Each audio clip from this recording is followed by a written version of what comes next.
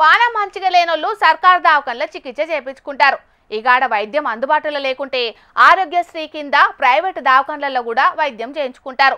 ఒకవేళ చేతికుంటే ఎక్కువ మొత్తంలో ఖర్చు పెట్టాల్సి వస్తే ముఖ్యమంత్రి సహాయ నిధి కింద సాయం చేయాలని దరఖాస్తు పెట్టుకుంటారు కొందరు. అట్లనే ఈ పెద్ద మనిషి కూడా దరఖాస్తు పెట్టుకున్నాడు. సర్కారు నుంచి సాయం కూడా అందింది.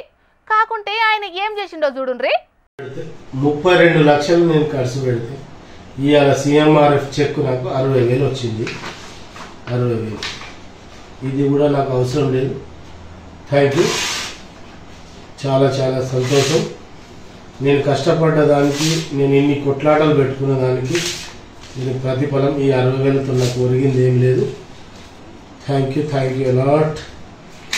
నేను 39 లక్షలు నేను CMRF ఖర్చు ఇచ్చిన ఫైల్ 60,000 రూపాయలు వచ్చింది. 60,000 దీన్ని నేను ఎక్కడ జమ చేసుకోవాలి, ఏం చేసుకోవాలి, అప్పులు తెచ్చి నాకు ఏమి ఇచ్చుకోవాలి, నాకు ఏం అర్థమవుతుంది. అందుకోసం దీన్ని చింపేసిన. ఓ శ్నీ చెక్కును దాని ఆనవాళ్ళు కూడా తెలియకుండా ఏడికాడికి చింపు పారేసిండు కదా ఈ అన్న. 60,000 రూపాయల చెక్కును ఇంపేసిండంటే ఆయనకెంత కోపం ఉన్నదో దీన్ని బట్టే తెలుస్తున్నది. ఈయన పేరు ఇర్షాదుద్దీన్. కామారెడ్డి జిల్లా సదాశివనగర్ మండలం అడ్లూరు ఎల్లారెడ్డి ఊరు. చేతి పార్టీల సీనియర్ లీడర్. కామారెడ్డి చెరుకు అభివృద్ధి మండలి చైర్మన్ గా సుతం పనిచేస్తున్నాడు. ఈయన చెల్లకు పోయినేడు టక్కరైందట. చికిత్స కోసానికి 32 లక్షల రూపాయలు ఖర్చయిందట. అయినా కూడా ఆమె బతకలేదట.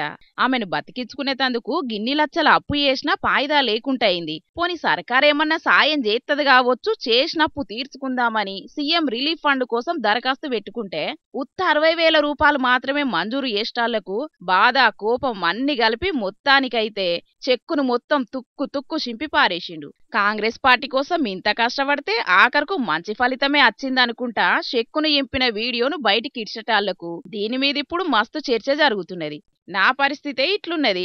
ఇక చాలా మంది బీద సాదలు చేసుకునే దరఖాస్తులను ఇంకేడ దేకుతారన్నట్టే మాట్లాడుకొచ్చిండు. చికిత్స కోసానికి పెట్టిన ఖర్చుకు మంజూరు చేసిన పైసలకు ఏమన్నా సంబంధం ఉన్నదా? నెరీగింత అధ్వానంగా ఉంటదా సర్కారు సాయం అని ఈ ముచ్చట తెలిసినోళ్ళు కూడా గరమైతున్నారు. ఇప్పటికైనా సర్కారు సీఎం రిలీఫ్ ఫండ్ నుంచి మంజూరు చేసే సాయం విషయంలో మంచిగా ఆలోచన చెయ్యాలని అంటున్నారు. మరిగా సర్కారు ఏం నిర్ణయం చేస్తుందో చూడాలిగా.